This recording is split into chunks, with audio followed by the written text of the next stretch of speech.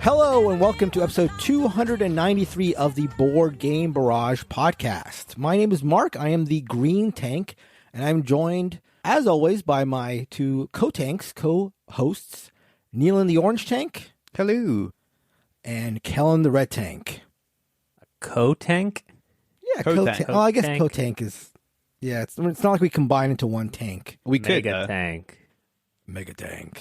Today's episode is going to be a really special one. It's one that we're really excited about. We haven't talked about this throughout the last couple episodes, but we have been working on sort of a grand history of board gaming. That's sort of the conceit of this episode. We have decided to divide the history of board gaming into 4 separate epochs. So we have constructed what we are calling a Bronze Age, a Silver Age, a Golden Age, and then Kellen came up with this one. What is the modern age? What did you come up with, Kellen?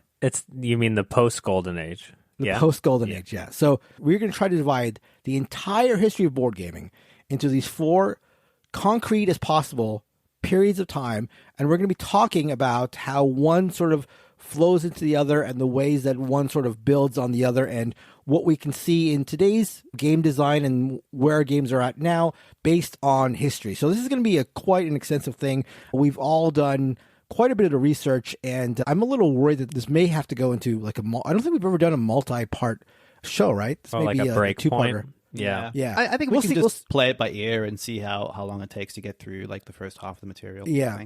I'm just looking at, I can see Neelan's desk, and you've got like some papers strewn about. Notes, yeah.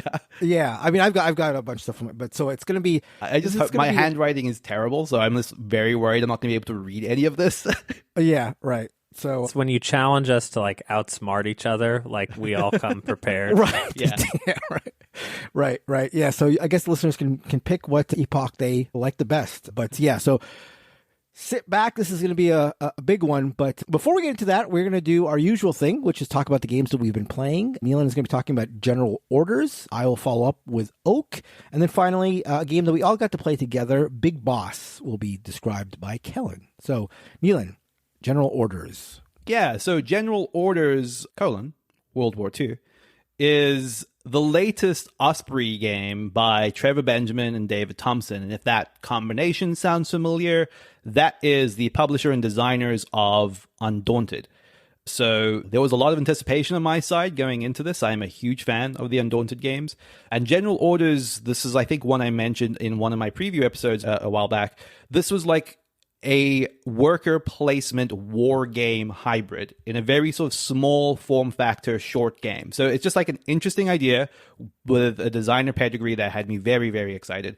And I'm very pleased to see that it lives up to most of those expectations. So General Orders, to sort of summarize it very quickly. And it comes in this lovely small box. You have this small little board with a hex map on it.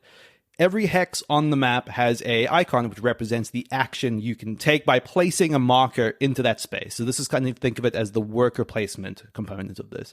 So that might be advancing your troops into that hex. This might be deploying your artillery or launching a paratrooper. Each of these represent by a different hex on this map.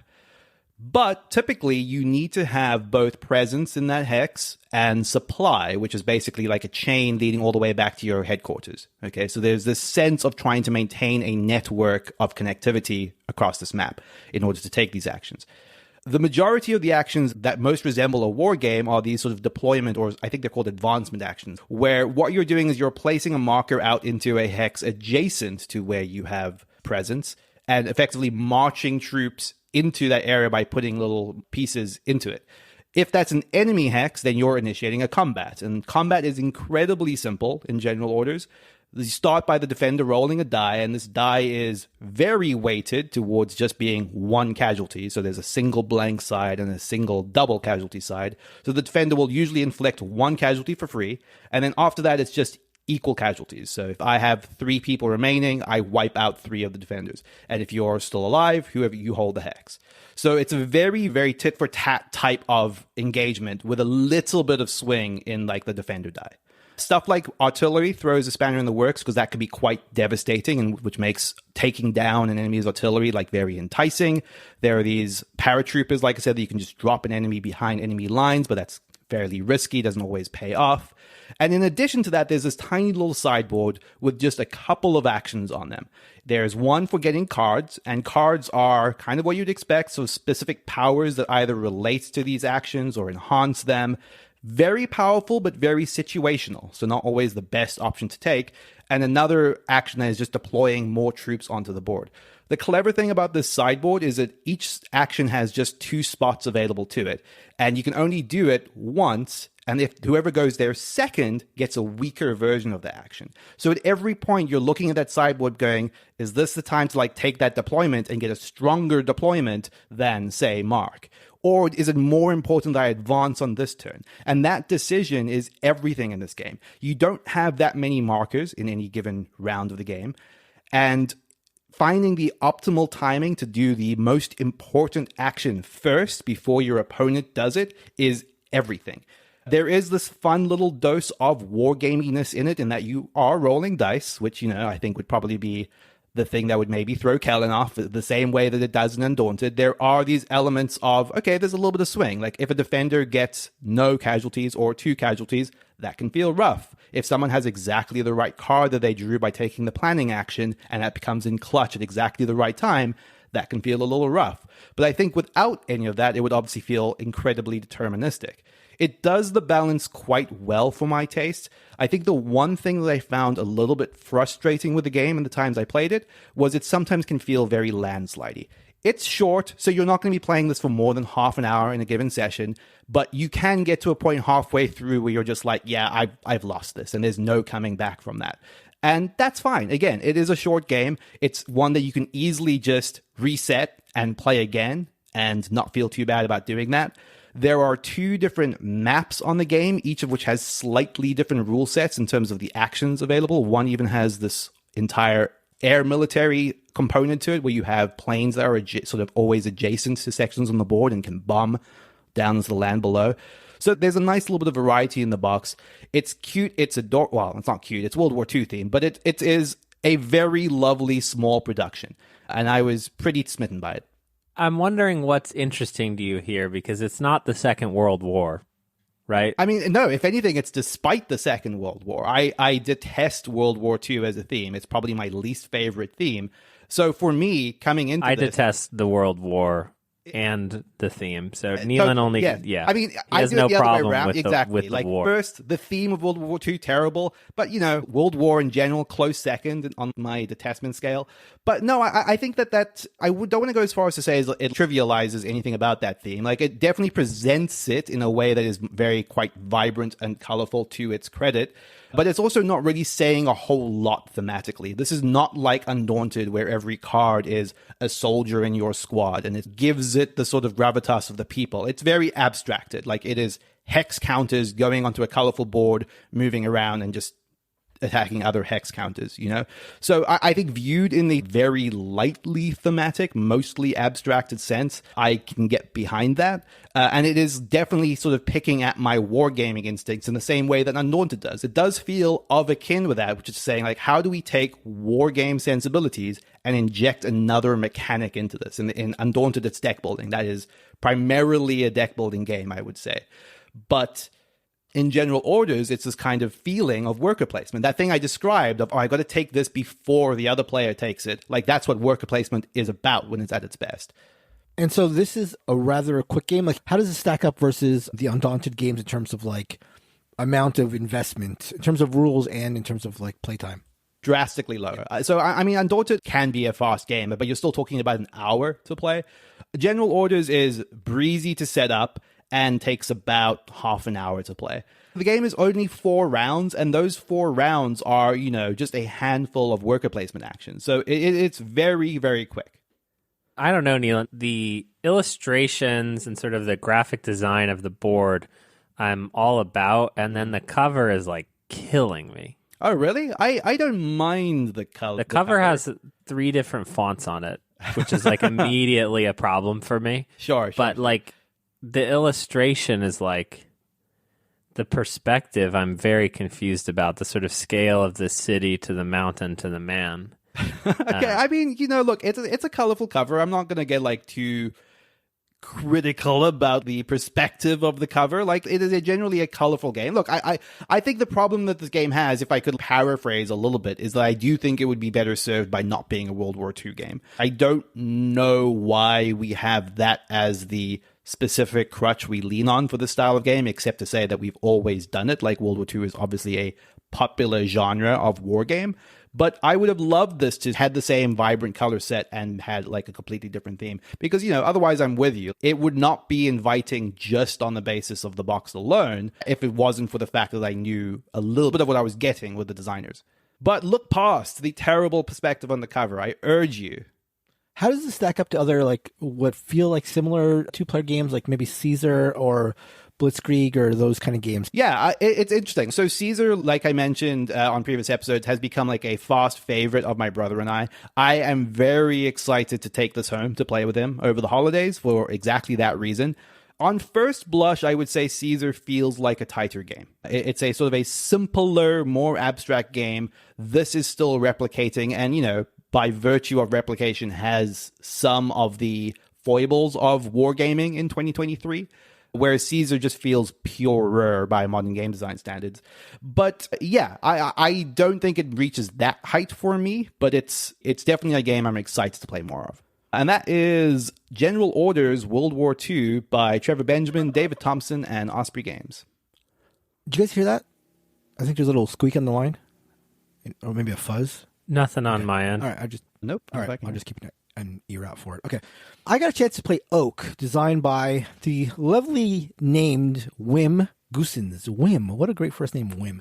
And published by Game Brewer. The idea here is that you're the head of an order of druids, which I want to clarify is not as cool as monks, who are trying to be the top order by using the power of the titular oak, which isn't a three-dimensional piece like Everdell, but a large tree painted on the board. So no big three-dimensional tree getting in your way here.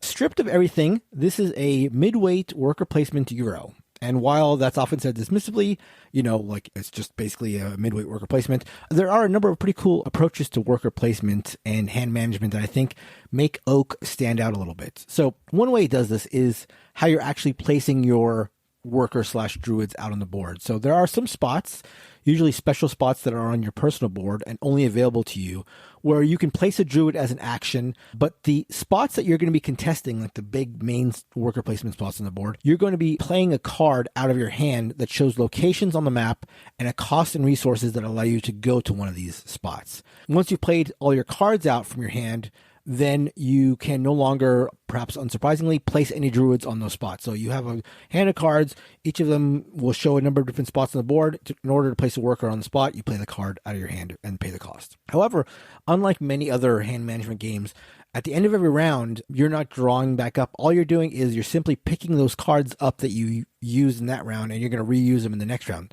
There are more cards in your personal deck that you can acquire. So you have this set of reserve cards that offer more efficient uses of the spots on the board. But when you take the action to bring one of these powered up versions of the cards into your hand, you're just adding them to your pre-existing hand.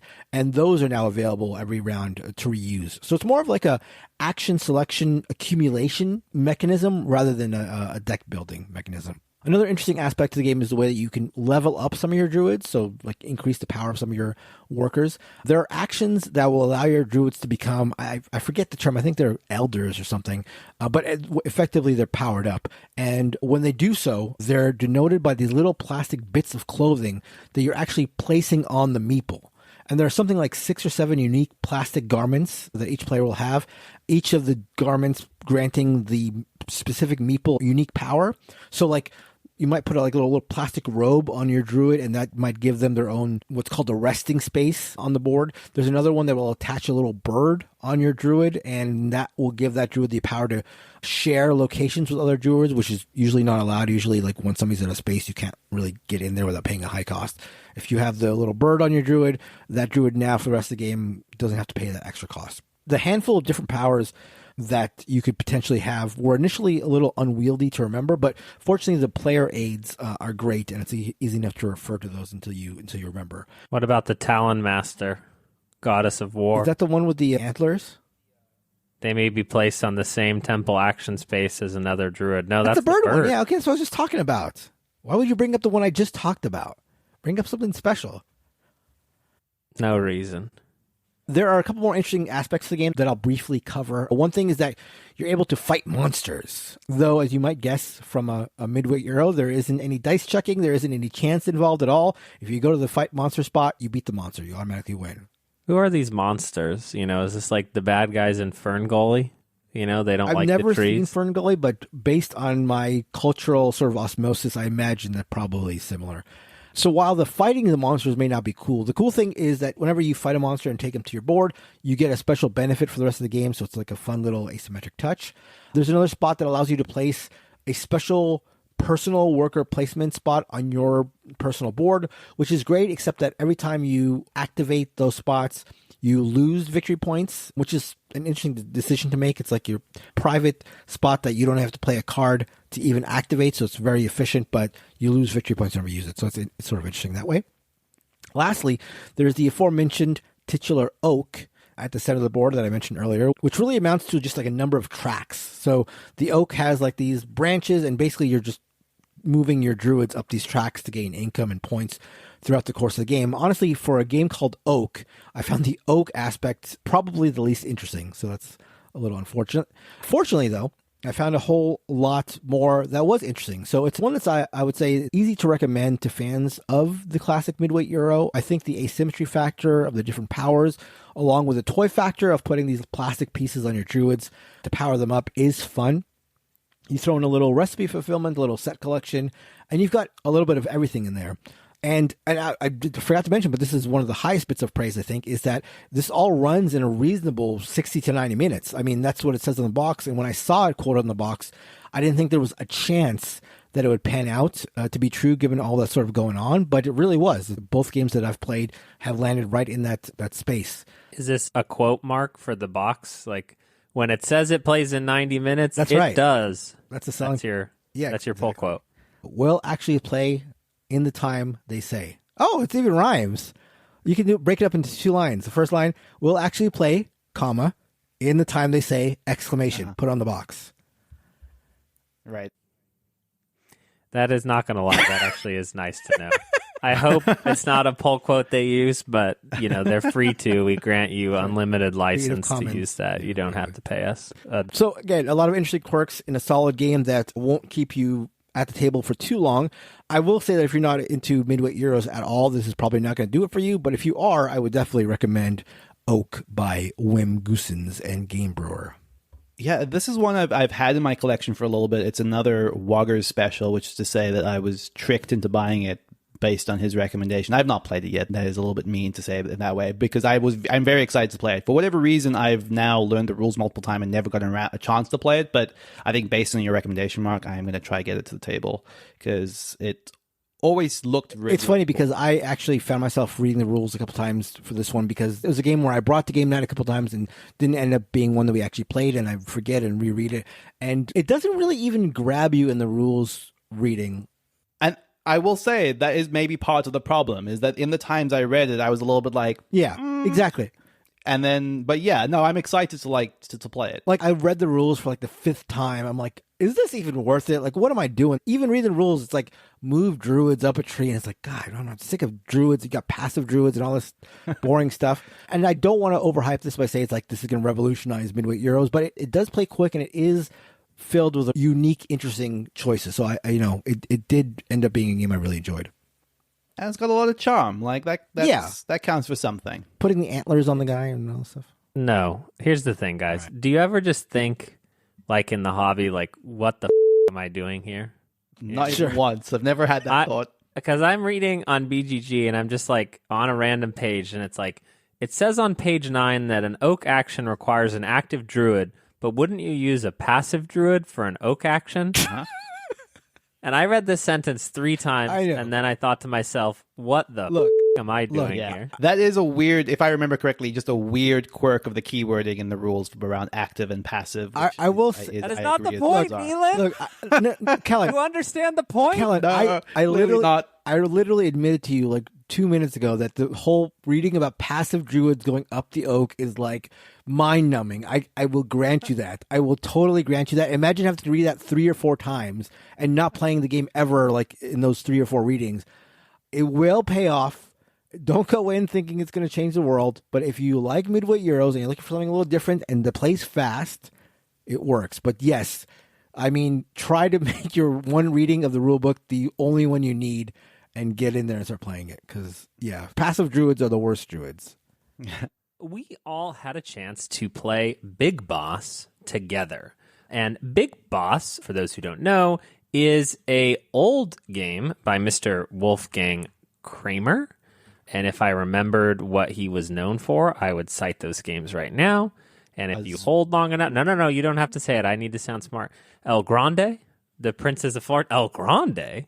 Six Nymphed. Well, this man is a master. Downforce. He's had some missteps. But Big Boss was his take on a classic Sid Saxon game, Acquire, and one that I have Acquire, the game that I've loved for a long time. Big Boss was out of print for many, many, many years and very, very expensive to acquire, LOL. And now Funko has brought back the game in 2023 and said, you want to play Big Boss? You can play Big Boss. Interestingly enough, Renegade has also bought back Acquire, so if you want to play Acquire, you can also do that right now. But the gist here of Big Boss is that you are acquiring cards to build up corporations, to then buy shares in those corporations, and then hopefully merge them at the appropriate time in order to maximize the money that you make off them. It is important to note here that the game comes with new Care Bear rules that you can play Funko Pop rules, and Funko Pops are for children. Actually, I wouldn't even recommend Funko Pops to children. Funko Pops are for no one, but Funko Pop games are for children.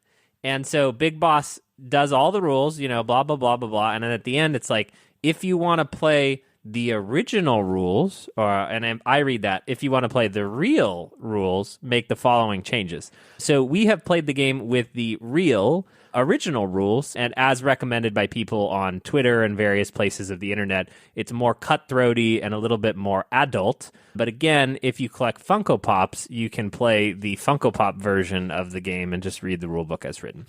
Essentially, you have a hand of cards. Those cards have a number on them, or they have a level that you can build upwards from. And so on your turn, you're going to be playing out one of those cards, and you're going to be buying shares in the companies. The shares in those companies get more expensive the bigger they are. This, if you've played Acquire, sounds identical to Acquire. The big difference here being that the board is not a grid of potential options. The board is, I don't even know, how would you describe this board? I mean, it's really just a circle. Like a strip, yeah. Right? It's a circle? Well, I mean, yeah. It's a reshaped circle to fit on a square board, but... You're blowing my mind right now, Nemo. I'm looking at the board, and I can confirm it is, in fact, just a circle. Wow. Huh. Graphic designers. Yeah, it's just like a single loop, It's right? like a Candyland board. Yeah, exactly. The numbers go from 1 to 72, and then it wraps around. So you might have a card in your hand that's 72, and that 72 is going to expand the red company that someone else has started. Or that 72 could be the merger tile between two companies, in which case the bigger company will eat the smaller company. Everyone's shares in the bigger company will become more valuable, and everyone's shares in the little company will get sold back at a higher rate, which is great because Nealon invested in the red company when he was but young, and they were only $5 each. That is basically the game. You can buy cards. Any cards in your hand at the end of the real game are worth negative points. Not in the Care Bear game. Those cards in your hand are worth money because everybody's a winner. 2023. And Big Boss, we played it. It was over in less than an hour. What did you guys think of Big Boss, a strategy game by Wolfgang Kramer, lovingly recreated by Funko Games? Thank you, Funko Games, but not for the pops, and for putting the real rules at the end of the rulebook. I liked it. I should contextualize this a little bit by saying that I've not played Acquire, so I don't know how it compares. But at its heart, it's a stock trading game. And Yes. It is not traditionally a genre that I am especially good at or have a lot of vested interest in. I think that my biggest issue with Big Boss on the whole is it did feel a little lol random at times, which is to say that I won handily. I don't often win any games with Mark, Kellen, and Dean present, and let alone stock trading games. And a lot of the times I would look at my hand and be like, well, the obvious thing I should do is play this card I just picked up and collect $25 million. And that turned out to be continually the correct thing to do. Play card, collect 25 million. Yeah, exactly. And so I was a little bit, I was a little bit sort of hard pressed to see, like, am I just missing something here? I'm sure there's more nuance to it than that. It wasn't very apparent to me. Yeah, I think it's hard because I think on the face of it, it is less strategic than Acquire. Like, I think that's 100% my read. And I don't know if that's like a consensus read, but I would say this is a little bit of like taking Acquire and pulling it down just a smidgen. You can still have fun. You can still play it. I think what's interesting to me is like, and this is not a criticism of you, but you're like, oh yeah, it's fine to roll dice to resolve combat in Undaunted. Oh yeah. But like this type of randomness is like somehow LOL, like not okay. Yeah, no, and it's interesting because I will fully acknowledge that is like a disconnect in my brain. Yeah. For me, this feels a lot like, and now I'm going to make Mark mad, like a sort of cube rails. It's like a stock game that doesn't have to be about trains. Sure.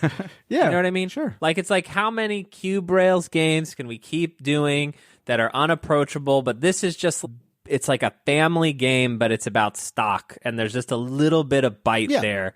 And even though it is random, that little bit of bite, I'm just like, oh my God, here we are. I think played in the situation that I think is ideal for it, it's great. It's like a casual, easy to learn, relatively quick playing stock manipulation game. I think your strategies can be undone by poor card draws, but I don't think a bad card draw will tank you. I don't think it's like super random, but you are a little bit at the mercy of the cards. But, you know, if you play this game casually and you are willing to sort of roll with the punches, then I think it's great. I like Acquire a lot, but distilling that into like a linear space rather than an Acquire, you can sort of build in different directions, and that's like the geography of building is something you have to take into account. The linear nature of this just trims that consideration out of it and sort of just makes it easier to play and quicker to play, and all that sort of benefits what you're trying to get, I think, when you're playing Big Boss. Yeah. I should also say that I did enjoy my play of it. So there was just this question. Definitely not trying to. Oh yeah, no. I'm just trying to like clarify that. Like it's one of those things where it's like I came away questioning it a little bit, especially because there is some sense of like a pedigree to it, and again, I can't help but relate that to a game I've only heard of, Acquire. So I came away with questions, but I liked it. My take is that this game is famous because it was hard to get for a long time, especially as compared to Acquire. Again, that's a hot take. I think the biggest difference from a feel-ski perspective, beyond the like you can make the grid, which is fun, is that I believe, and I'd have to go back and double confirm, that the only way to get more money in Acquire is by companies merging. And in Big Boss, you get money for expanding a company. So there's always a way to like be getting more money to then invest in other companies, where in Acquire, you're like desperately needing these companies to clash in order for you to reacquire more money that can allow you to invest in other places. So it just feels more impactful, and a little bit of that sort of like quarter mid game in a train game where you're like, well, I've done up, and like there's nothing I can do. I have no money. Nothing can merge. It's over for me. And I feel like that is more possible in Acquire than it is in Big Boss. But I am very excited. My father loves Acquire. I'm taking this home. I'm forcing him to play it on my birthday. So, yeah, that's what I'm excited about. Big Boss. It's happening. Thank you, Funko. Actually, it's good Funko didn't supply this review copy, because the aforementioned Funko Pops, don't buy them. Kellen, did Misty bark in the background? I thought I heard something in the background. Was it her? Okay. No. Did you guys hear that, or am I hearing things? Didn't hear it? Okay. Not me. She's cold. She's hiding, bro. It is freezing, by the way. Mm-hmm. I am double layered. I've got a iron North Face, similar to iron, underneath the hoodie. What's the weather like over there right now? I don't know, Mark. You moved away. What? Okay. It's 51 here. Pretty cold out here. It's 59. Oh God! I'm going t-shirt. No, listen. T-shirt. Look at it. Listen. Short sleeve t-shirt. double layer iron or whatever the hell you're wearing. Jesus Christ. Okay. Mark, do not put that in the episode. I'm a confident, strong man. I know. Okay, before we get into the big magnum opus of today's episode, just a reminder that if you're listening to this on the day the episode drops, we are going to be at PAX Unplugged in a little over a week. So if you're going to be there, we are tentatively scheduling something for, I think we're aiming for 6 on Saturday, a get together with listeners to play some games. That is very tentative though. We're not sure about the location or frankly the time. So I would advise anybody who's interested to join our Discord at boardgamebarrage.com/Discord. Go to the PAX Unplugged channel and keep an eye out there. If anything gets firmed up, I'm sure we're going to pin any relevant messages. So if you're interested in getting together, please do check that out. I know that for those who have not used Discord before, it can be a little daunting, but really it's like I've said before, it's just really a glorified chat room. And if you are going to go to PAX and want to hang out, just install Discord just for the weekend, just so you know what's going on, because we really hate to miss out on hanging out with you if you're going to be there, and then you can delete it right after. So, but don't. But just stay in the server to pump our That's metrics. Right. Pump.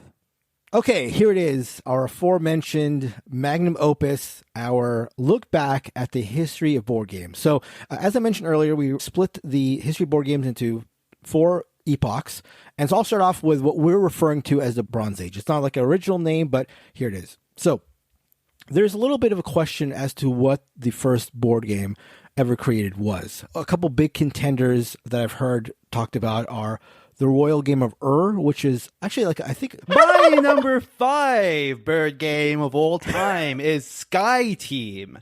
Sky Team, everybody. What signifies a better flock of beautiful, majestic birds than a lovely Sky Team? Sky Team, a lovely cooperative game where you are flying planes, the birds of technology, as they're often called. Sky Team. Is this where we gloat and say You got got to the people? You got got. Bird list. This is about bird birds. list. Everybody's excited about this. We didn't do any research. Wait, bated breath. These for notes, this they got moment. nothing written on them. And then number 5, best bird game, and not because we've been talking about it, is Acquire. When you look at a... When you look at a big city, what are there? There are pigeons. Yeah. You find pigeons in big cities. Pigeons are the most underrated bird. Cuter than advertised. Confirmed. 5th best bird board All right, game. for all the joking we're doing, I actually came in here with a list of birds. These guys are around. I came in with bird games. Not only did I come in with bird games, I came in with 6 games. So my number 6 is actually the worst bird game. So I'm starting off with the worst bird game. This is the bird shooting game. Yes, I got 6. I did do some research, so I double screwed you. Oh my gosh. So the bird shooting game is my worst bird game of all time. This is from 1940. It's about shooting birds. That sucks. Well, who wants to shoot birds? You know what I mean? But that's how we get the thing. It's published by Gluvum Games, which I'm sure doesn't create games anymore, and the designer is uncredited because nobody would want to have their name on that game. So that's the worst bird game. This was their first and last game, the bird That's shooting right. game. So that's the worst game. But the 5th best bird game of all time is The Bird Told Me to Do It, which is a Carl Chudyk game, which is known as probably his worst game. It is very low rated on BGG, but it's one that What? Mark. Carl Chudyk, that's your boy, but what do you do? Yeah, I know. Don't you know how this is work? There's the crossover rules. Best bird game of all time. When this is higher on someone else's list, you defer to them. Defer. What do you think? I defer. I'm on a knee. I defer. I defer. I see the cat's out of the bag. Defer. Okay, that's deferred. Nealon. Okay, back to me. My 4th favorite bird game of all time is Ark Nova Marine. I have not played it. Presumably there are penguins in it. So, best bird game, Ark Nova Marine. Keep it together. 4th best. Has anyone played that? Is that out? You know what? I have heard that through illicit back channels it is able to be acquired. Tom Vassell has played. Yeah, exactly. I'm sure he has. Can confirm the penguin. Yeah. Okay, confirmed.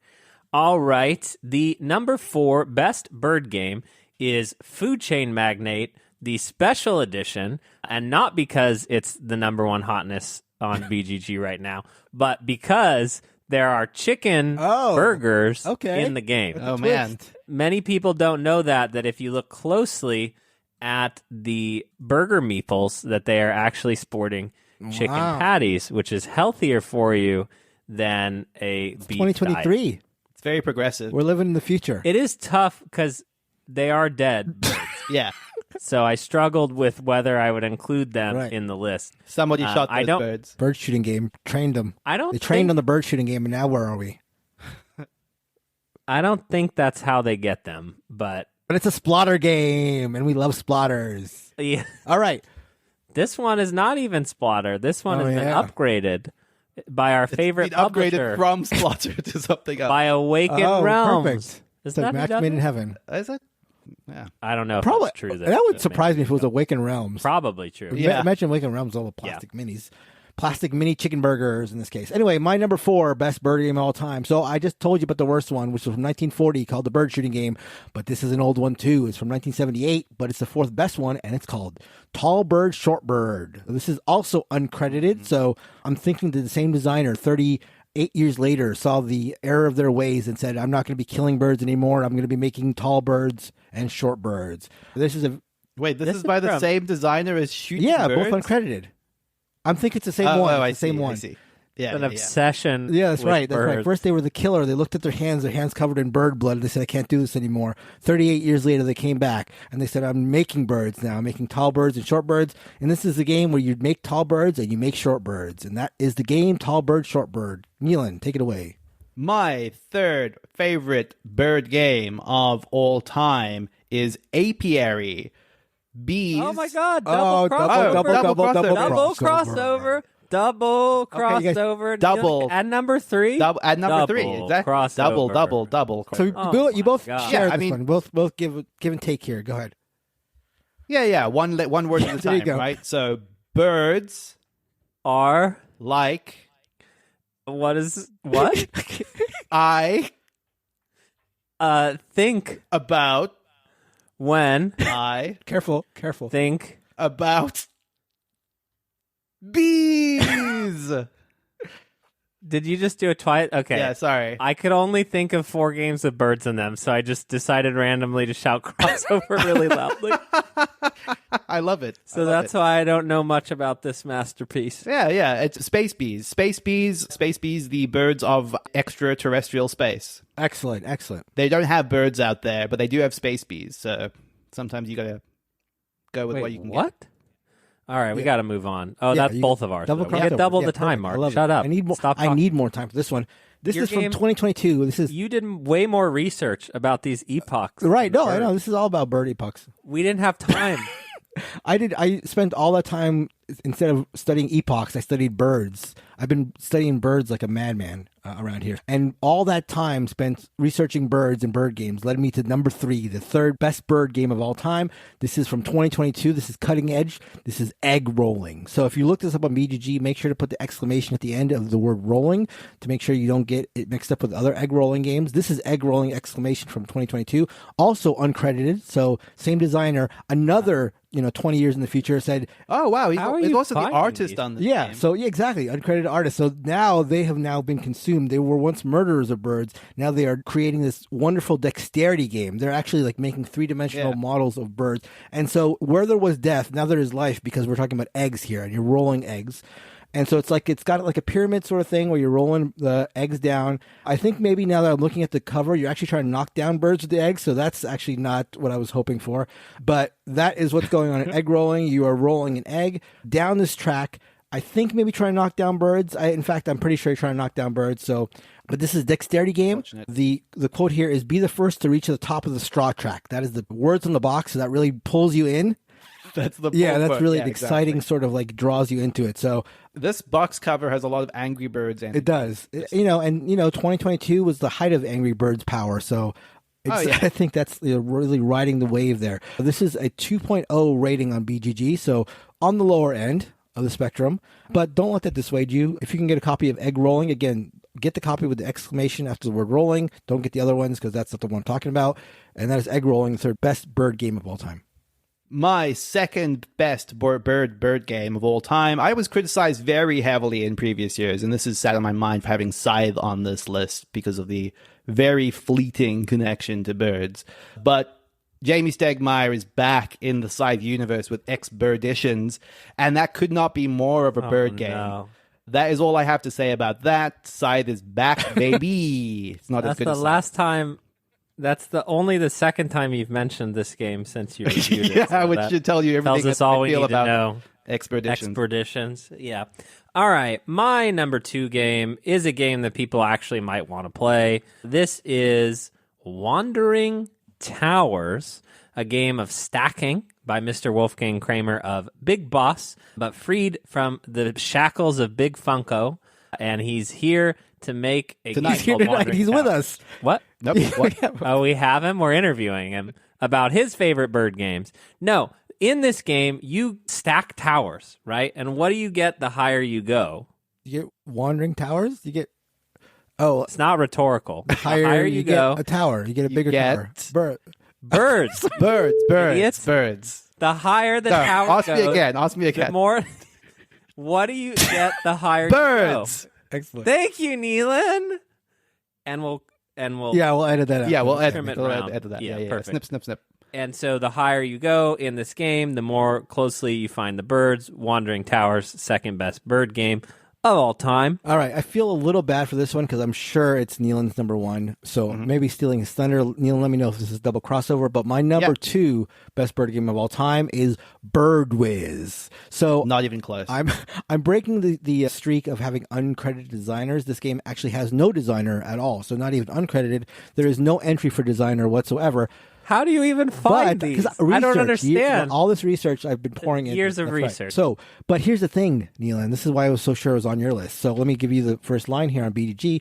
Bird Whiz is a card run making game, which I know you love, but more importantly, published in South Africa in the 1990s, likely 93 or 97. For some reason. Yeah.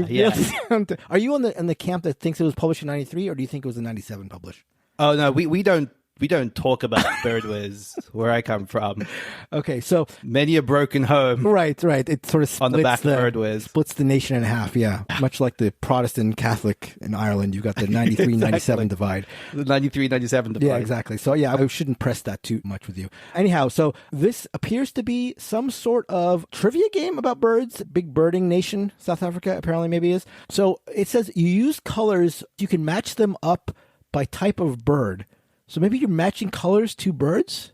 So, like, if I got bluebird, I think I would be in good shape because I would know it's blue. It's sort of like that. Yeah. That's sort of like a cheat. But also there's Joker cards. It's actually kind of a broken strat. It's a good strat. That's why it's sort of, I'm waiting for the second Divisive. edition where they fix the bluebird, redbird, OP strategy. So finally it says the worst card to end up with your hand is the Joker, losing you 50 points. The winner is the one with the most points. So that's all you need to know for Bird Whiz, the second greatest game of all time and a cultural icon in its homeland of South Africa. You know where all the birds that have ever existed are? And not only that, but all the bird games that have ever existed? Heaven. Earth. Earth is the best bird game of all time. QED. Contains all the birds Exactly. except for the space bird Except for the bees space and bird apiaries. bees. Yeah. That's a good is a one. good one. It is. That's people's favorite board game. I mean, Not right even, now- it doesn't even need the It doesn't even need the bird. Yeah, exactly. By almost any This is- metric, it's This Earth. is the one. How could we not have thought of this? Yeah, I know. That's a good point. Yeah. It's hard because I feel like a idiot because I didn't think of Earth. Yeah. And also Mark spoiled my number 1. So now what do I have to do, Mark? I got nothing. Neelan comes up with Earth. I was going to do this fanfare. I sort of had, my number 1 game. It's Carl Chudyk, classic Carl, Double it sits crossover. It switched between his behemoths, above it is Sneeze, a game about playing allergens to And make your friends sneeze below more it than is you do. Aegean Sea. And no, actually, even worse, below it is the Uchronia promo card Oh, classic. from 2012. No, actually, the Uchronia promo card has a higher rating than this number 1 bird game. The birds told me to do it. Classic Carl, birds on a line. There's an image, okay, because I couldn't identify them by the illustrations, but there's the wagtail, the shrike, who I thought was only in the sci-fi novel I was reading, but no. The bee eater, the magpie, the woodpecker, and every 15-year-old boy's favorite, the titmouse. Uh-huh. They're all here representative. singing on a line. All your friends are here. And that is the number one bird game. What a terrible title. The Bird told me to do it. Classic Carl asked us not to cover it, but we bring you heavy-hitting journalism. We have to say what we feel. The best bird game, The Bird told me to do it. A game I've actually played, unlike you on every game on your list. Well, that's about to change. It's about to change. Oh, that's about to change with your number one? Yeah, because look, one thing I love about doing these lists every year is that there's so much dynamism in the bird game genre because total turnover. Ever evolving. Like, I didn't even bring this up until now, but all of my games are 2023 games. That is how fast the birdosphere moves. You may not have noticed, but mic drop. Amazing. However, there is some stability. He wanted us to know. There is some stability because for all the research I did, for all the books I read, for all the websites I went to, cannot displace the number one bird game of all time. Monks continue to be the birds of the human race. Biblios is the best bird game of all time. I was recently looking at the orange suit. I was looking at it because I'm doing all this research. I'm looking at all these games, looking at every single component. And if you look at the orange 2A card, actually has a bird in the background, which I've never noticed before. So if you've got this game, pull out. Goodbye, everybody. That's our favorite bird games.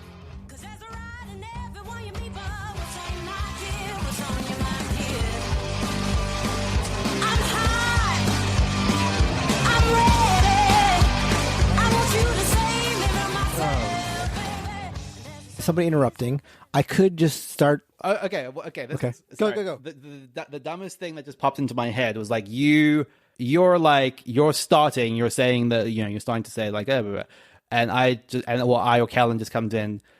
My number 5 bird game is, and then we just go. From there. I'm fine with that. Like that's it. Just like no intro, just right into it. It's pretty like meta, right? Because like a new listener's just like, I mean, if this is there a problem? First That's episode, funny. then they're screwed. Then I just don't know what to say. God help them. That's yeah, exactly. funny. Okay, so do you want to just come up with a list?